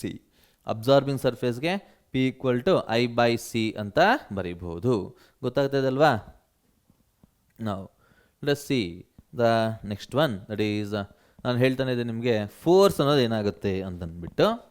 So see here, what is the force? What is the force acting on the surface? What is the force acting on the surface? What is the force acting on the surface? ಒಂದ್ಸರಿ ಯೋಚನೆ ಮಾಡಿ. Pressure ಅಂದರೆ force by area ಆಗಿರುತ್ತೆ. ಆ ಏರಿಯಾನ right hand side ಕಲಿಸಿದ್ರೆ ನಿಮಗೆ force ಅನ್ನೋದು ಸಿಗುತ್ತೆ. Force F is equals to 2 into I into A/C ಅಂತ. These are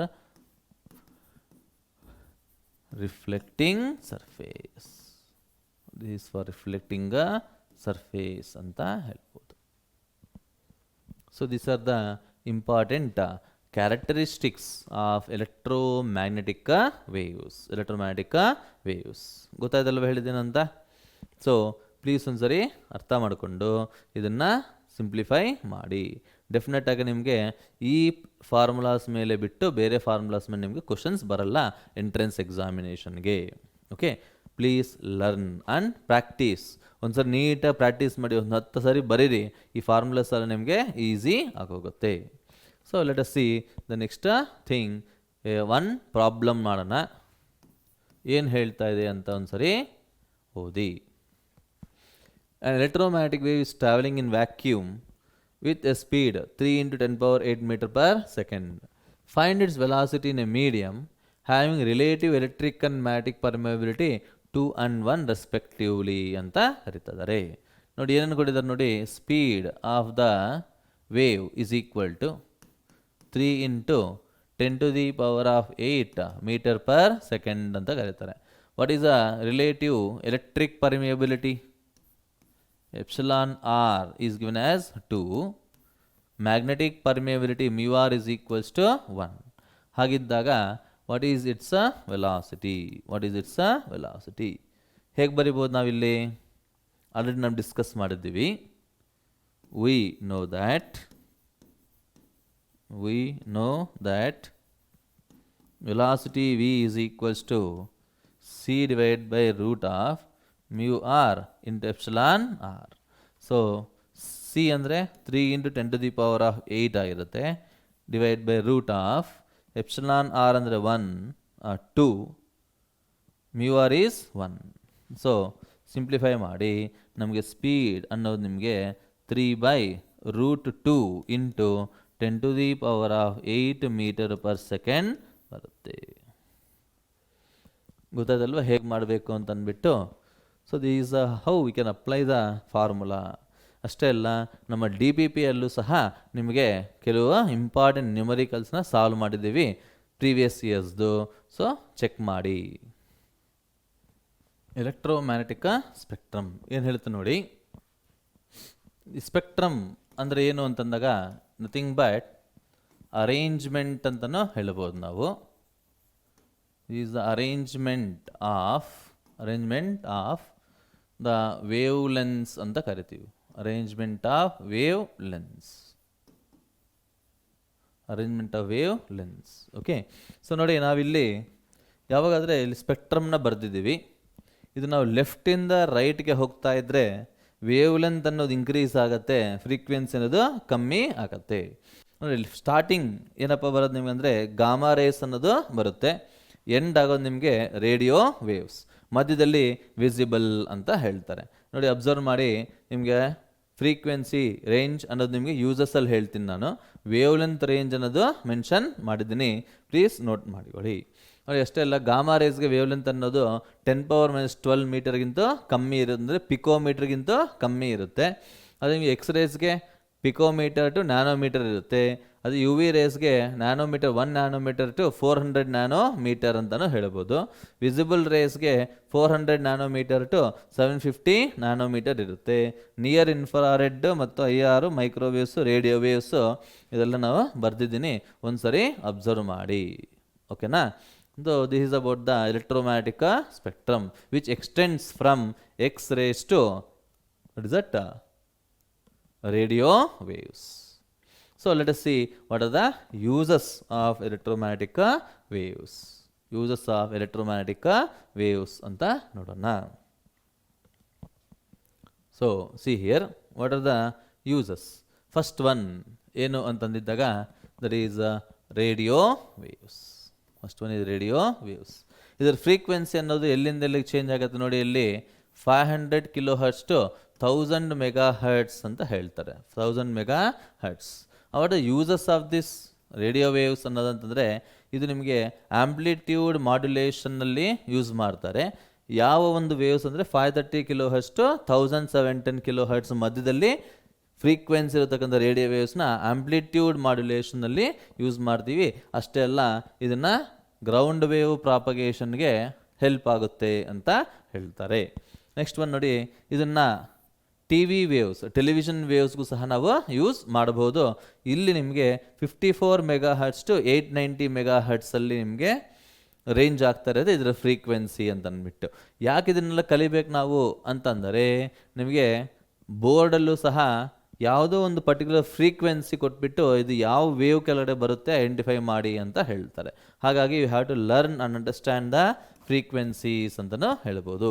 ಗ್ರೌಂಡ್ ವೇವ್ ಪ್ರಾಪಗೇಷನ್ಗೆ ಯಾವ ಫ್ರೀಕ್ವೆನ್ಸಿ ರೇಡಿಯೋ ವೇವ್ನ ಯೂಸ್ ಮಾಡ್ತೀವಿ ಅನ್ನೋದನ್ನೆಲ್ಲ ಕೇಳಿದ ಅವಕಾಶ ಇರುತ್ತೆ. ಓಕೆ, ಹಾಗಾಗಿ ಸೊ ನೆಕ್ಸ್ಟ್ ಅಷ್ಟೇ ಅಲ್ಲ ನೋಡಿ, ಫ್ರೀಕ್ವೆನ್ಸಿ ಎಫ್ ಎಮ್ಗಳಲ್ಲಿ ನಿಮಗೆ ರೇಂಜಿಂಗ್ ರೇಡಿಯೋ ವೇವ್ಸ್ ಅನ್ನೋದು 88 MHz ಇಂದ ನಿಮಗೆ 108 MHz ರೇಡಿಯೋ ವೇವ್ಸ್ನ ಯೂಸ್ ಮಾಡ್ತಾರೆ. ಅಷ್ಟೇ ಅಲ್ಲ, UHF, okay, ultra high frequency waves ಅಂತಲೂ ಬರುತ್ತೆ. ಅದು ನಿಮಗೆ ಮೊಬೈಲ್ ಫೋನ್, ಸೆಲ್ಯುಲರ್ ಫೋನ್ಸ್ಗೆ ಯೂಸ್ ಮಾಡ್ತೀವಿ ಅಂತ ಹೇಳ್ತಾರೆ. ಸೊ ಅದೇ ರೀತಿ ನಿಮ್ಗೆ ಸಿ ದ್ಯಾಟ್ ಮೈಕ್ರೋವೇವ್ಸ್, ಇದರ ಫ್ರೀಕ್ವೆನ್ಸಿ ಅನ್ನೋದು ಗೀಗಾ ಹರ್ಟ್ಸಿಂದ 300 GHz ವರೆಗೂ ಚೇಂಜ್ ಆಗುತ್ತೆ ಅಂತ ಹೇಳ್ತಾರೆ. And what are the uses of microwaves? Is nothing but radar ಸಿಸ್ಟಮ್ಸಲ್ಲಿ ಮೇನ್ಲಿ ಯೂಸ್ ಮಾಡ್ತೀವಿ. ರೇಡಾರ್ ಸಿಸ್ಟಮ್ಸ್ ಅಂದರೆ ಏರ್ಕ್ರಾಫ್ಟ್ ನ್ಯಾವಿಗೇಷನ್, ಏರೋಪ್ಲೇನ್ ಆಗಿರ್ಬೋದು, ಹೆಲಿಕಾಪ್ಟರ್ ಆಗಿರ್ಬೋದು, ಎಷ್ಟು ದೂರದಲ್ಲಿದೆ, ಎಷ್ಟು ದೂರದಲ್ಲಿ ಬರ್ತಾ ಇದೆ ಅನ್ನೋದನ್ನು ಐಡೆಂಟಿಫೈ ಮಾಡೋದಕ್ಕೆ will can make use of microwaves. ಅಷ್ಟೇ ಅಲ್ಲ, ಮೈಕ್ರೋವೇವ್ ಓವನ್ಸಲ್ಲೂ ಸಹ ನಾವು ಯೂಸ್ ಮಾಡಬಹುದು ಫಾರ್ ಕುಕಿಂಗ್ ಪರ್ಪಸ್. ಅಷ್ಟೇ ಅಲ್ಲ, use to study atomic and molecular structures. ಯಾವುದಾದ್ರೂ ಒಂದು ಮೆಟೀರಿಯಲ್ ನಿಮಗೆ ಕೊಟ್ಬಿಟ್ಟು ಅದರ ಸ್ಟ್ರಕ್ಚರ್ ಹೇಗಿರುತ್ತೆ ಅಂತ ಐಡೆಂಟಿಫೈ ಮಾಡಿ ಅಂತಂದಾಗ ಅಟಾಮಿಕ್ ಸ್ಟ್ರಕ್ಚರ್ ಆಗಿರ್ಬೋದು, ಮಾಲಿಕ್ಯುಲರ್ ಸ್ಟ್ರಕ್ಚರ್ ಆಗಿರ್ಬೋದು, ಈ ಮೈಕ್ರೋವೇವ್ಸಿಂದ ನಾವು ಐಡೆಂಟಿಫೈ ಮಾಡಬಹುದು ಅಂತ ಹೇಳ್ತಾರೆ. ಅಷ್ಟೇ ಅಲ್ಲ, use to measure the speed of vehicles or speed of cricket ball etcetera ಅಂತ ಹೇಳ್ತಾರೆ. ಓಕೆ, ಸ್ಪೀಡ್ ವೆಹಿಕಲ್ಸ್ನ ನಾವು, ಸ್ಪೀಡ್ ಆಫ್ ಕ್ರಿಕೆಟ್ ಬಾಲ್ನ ನಾವು ಮೆಜರ್ ಮಾಡೋದಕ್ಕೆ ಈ ಮೈಕ್ರೋವೇವ್ಸ್ನ ಯೂಸ್ ಮಾಡ್ತೀವಿ ಅಂತ ಅರ್ಥ ಮಾಡ್ಕೋಬೇಕು. See that next one infrared waves ಅಂತ ಹೇಳ್ತಾರೆ. ಇದರ ಫ್ರೀಕ್ವೆನ್ಸಿ ಅನ್ನೋದು 10⁻11 Hz ಟು 4 × 10⁻14 Hzಗೆ ವೇರಿ ಆಗ್ತಾ ಇರುತ್ತೆ. ಅದ್ರ ಯೂಸಸ್ ಏನಪ್ಪ ಅಂತಂದಾಗ, ಇದು ಫಿಸಿಕಲ್ ಥೆರಪಿಯಲ್ಲಿ ಯೂಸ್ ಮಾಡ್ತಾರೆ. ಅಷ್ಟೇ ಅಲ್ಲ, ಸ್ಯಾಟಲೈಟ್ಸ್ ಫಾರ್ ಆರ್ಮಿ ಪರ್ಪಸ್ಗೂ ನಿಮಗೆ ಯೂಸ್ ಆಗ್ತಾರೆ. ಅಷ್ಟೇ ಅಲ್ಲ, ನಿಮಗೆ ವೆದರ್ ಫೋರ್ಕಾಸ್ಟಿಂಗ್, ವೆದರ್ ಹೇಗಿರುತ್ತೆ, day to day weather change ಆಗ್ತಾ ಇರುತ್ತೆ, ಅದನ್ನು ಫೋರ್ಕಾಸ್ಟ್ ಮಾಡೋದಕ್ಕೆ ನಾವು ಇನ್ಫ್ರಾರೆಡ್ ವೇವ್ಸ್ನ ಯೂಸ್ ಮಾಡ್ಬೋದು. ಅಷ್ಟೇ ಅಲ್ಲ, ನಿಮಗೆ ಪ್ರೊಡ್ಯೂಸಿಂಗ್ ಡಿಹೈಡ್ರೇಟೆಡ್ ಫ್ರೂಟ್ಸ್ ಅಂತಲೂ ಹೇಳ್ತಾರೆ. ಡಿಹೈಡ್ರೇಟೆಡ್ ಫ್ರೂಟ್ಸ್ನ ಪ್ರೊಡ್ಯೂಸ್ ಮಾಡೋದಕ್ಕೆ ನಾವು ಯೂಸ್ ಮಾಡ್ತೀವಿ. ಸೋಲಾರ್ ವಾಟರ್ ಹೀಟರ್, ಸೋಲಾರ್ ಸೆಲ್ಸಲ್ಲೂ ಮತ್ತು ಕುಕ್ಕರಲ್ಲೂ ಸಹ ನಾವು ಯೂಸ್ ಮಾಡೋದು ಇನ್ಫ್ರಾರೆಡ್ ವೇವ್ಸ್ ಅಂತ ಹೇಳ್ತಾರೆ. ನೆಕ್ಸ್ಟ್ ಒನ್ ನೋಡಿ, ವಿಸಿಬಲ್ ರೇಸ್. ಇದು ಬಹಳ ಇಂಪಾರ್ಟೆಂಟ್ ಆಗಿರುತ್ತೆ ನಮ್ಮ ಸರ್ವೈವಲ್ಗೆ. ಯಾಕೆ ಅಂತಂದಾಗ ಈ ವಿಸಿಬಲ್ ಲೈಟ್ ಅನ್ನೋದು ಇಲ್ಲದೆ ಹೋದರೆ ನಾವು ಏನನ್ನು ನೋಡೋಕ್ಕೂ ಆಗಲ್ಲ, ಏನನ್ನು ತಿನ್ನೋಕ್ಕೂ ಆಗಲ್ಲ. ಹಾಗಾಗಿ ನೋಡಿ, ಇಲ್ಲಿ ಇದರ ಫ್ರೀಕ್ವೆನ್ಸಿ ರೇಂಜ್ ಅನ್ನೋದು 4 × 10⁻14 ಇಂದ 7 × 10⁻14 ಹರ್ಟ್ಸ್ವರೆಗೂ ಮಾತ್ರ ಇರುತ್ತೆ. ಯೂಸಸ್ ಏನಪ್ಪ ಅಂತಂದಾಗ ನಿಮಗೆ ಆಲ್ರೆಡಿ ಗೊತ್ತಿರುತ್ತೆ. ಇಲ್ಲಿ ಏನು ಅಂತಂದರೆ, see here, to see the things, avoid bumping from them and escape dangers ಎಲ್ಲ ನಾವು ಮಾಡ್ಬೋದು. Stuff to eat, to find stuff to eat, ತಿನ್ನೋದಕ್ಕೆ ಏನಾದರೂ ಬೇಕು ಅಂತಂದು ಐಡೆಂಟಿಫೈ ಮಾಡ್ಬೋದು. ಅಷ್ಟೇ ಅಲ್ಲ, to find other living things which to concert so as to prolong the species ಅಂತ ಹೇಳ್ತಾರೆ. Okay, these are all the uses of visible rays. Next ನೋಡಿ, ಅಲ್ಟ್ರಾವೈಲೆಟ್ ರೇಸ್ ಅಂತ ಹೇಳ್ತಾರೆ. Ultraviolet rays, you V rays. ಇದರ frequency range ಅನ್ನೋದು 10⁻14 ಹರ್ಟ್ಸಿಂದ 10⁻16 ಹರ್ಟ್ಸ್ವರೆಗೂ ಇರುತ್ತೆ. ಅಷ್ಟೇ ಅಲ್ಲ, ಅದು ಎಲ್ಲೆಲ್ಲಿ ಯೂಸ್ ಮಾಡ್ತೀವಿ ನಾವು ಅಂತಂದಾಗ ಬರ್ಗ್ಲರ್ ಅಲಾರಮ್ಸ್. ಓಕೆ, ಕಳ್ಳತನ ಆಗಬೇಕಾದ್ರೆ ನಮಗೆ ಅಲಾರಮ್ಸ್ ಇರುತ್ತೆ, ಅದರಲ್ಲಿ ನಾವು ಯೂಸ್ ಮಾಡೋದು ಯು ವಿ ರೇಸ್ ಅಂತ ಹೇಳ್ತೀವಿ. ಅಷ್ಟೇ ಅಲ್ಲ, ಈ ಮಿನರಲ್ ಸ್ಯಾಂಪಲ್ಸ್ನ ಚೆಕ್ ಮಾಡೋದಕ್ಕೂ ಸಹ ನಾವು ಯು ವಿ ರೇಸ್ನ ಯೂಸ್ ಮಾಡ್ತೀವಿ. And to study the molecular structure of the what is that materials ಅಂತ ಹೇಳ್ತೀವಿ. ಯಾವುದಾದ್ರೂ ಮೆಟೀರಿಯಲ್ನ ಮಾಲಿಕ್ಯುಲರ್ ಸ್ಟ್ರಕ್ಚರ್ನ ಅರ್ಥ ಮಾಡ್ಕೊಳ್ಳೋದಕ್ಕೆ ಯು ವಿ ರೇಸ್ನ ಯೂಸ್ ಮಾಡಬಹುದು. And also to kill germs in minerals. Okay, ಈ ವಾಟರ್ ಫಿಲ್ಟರ್ಸಲ್ಲಿ ಜರ್ಮ್ಸ್ನೆಲ್ಲ ಕಿಲ್ ಮಾಡೋದಕ್ಕೆ ನೀರುಗಳಲ್ಲೆಲ್ಲ ನಾವು ಯು ವಿ, ಅದಕ್ಕೆ ನಾವು ಎಲ್ಲಾದರೂ ಈ ಮಾಲ್ಸ್ಗೆ ಹೋಗಿರ್ಬೋದು, ಶಾಪಿಂಗ್ ಮಾಲ್ಸ್ ಆಗಿರೋದು, ಇದೆಲ್ಲ sanitised by U V radiation ಅಂತ ಹಾಕಿರ್ತಾರೆ, ಒಂದ್ಸರಿ ಅಬ್ಸರ್ವ್ ಮಾಡಿ. ಅಷ್ಟೇ ಅಲ್ಲ, ಟು ಸ್ಟೆರಲೈಸ್ ಸರ್ಜಿಕಲ್ ಇನ್ಸ್ಟ್ರೂಮೆಂಟ್ಸ್, ಹಾಸ್ಪಿಟಲ್ಸಲ್ಲಿ, ಕ್ಲಿನಿಕ್ಸಲ್ಲಿ ಓಕೆ ಸರ್ಜಿಕಲ್ ಇನ್ಸ್ಟ್ರೂಮೆಂಟ್ಸ್ನ ಸ್ಟೆರಲೈಸ್ ಅಂದರೆ ಕ್ಲೀನ್ ಮಾಡೋದಕ್ಕೂ ಸಹ ನಾವು ಯು ವಿ ರೇಡಿಯೇಷನ್ಸ್ನ ಯೂಸ್ ಮಾಡಬಹುದು. ಅಷ್ಟೇ ಅಲ್ಲ, see here these rays can be focused into very narrow beams for high precision application such as LASIK eye surgery ಅಂತ ಹೇಳ್ತಾರೆ. ನೋಡಿ, ಚಿಕ್ಕ ಚಿಕ್ಕ ಜಾಗದಲ್ಲಿ ನ್ಯಾರೋ ರೀಜನಲ್ಲೂ ಸಹ ಈ ಯು ವಿ ರೇಡಿಯೇಷನ್ಸ್ ನಾವು ಪ್ರೊಜೆಕ್ಟ್ ಮಾಡ್ಬೋದು, ಪಾಸ್ ಮಾಡ್ಬೋದು. ಯಾಕೆ ಅಂತಂದಾಗ for the observation, for clear observation ಅಂತಲೂ ಹೇಳ್ತಾರೆ.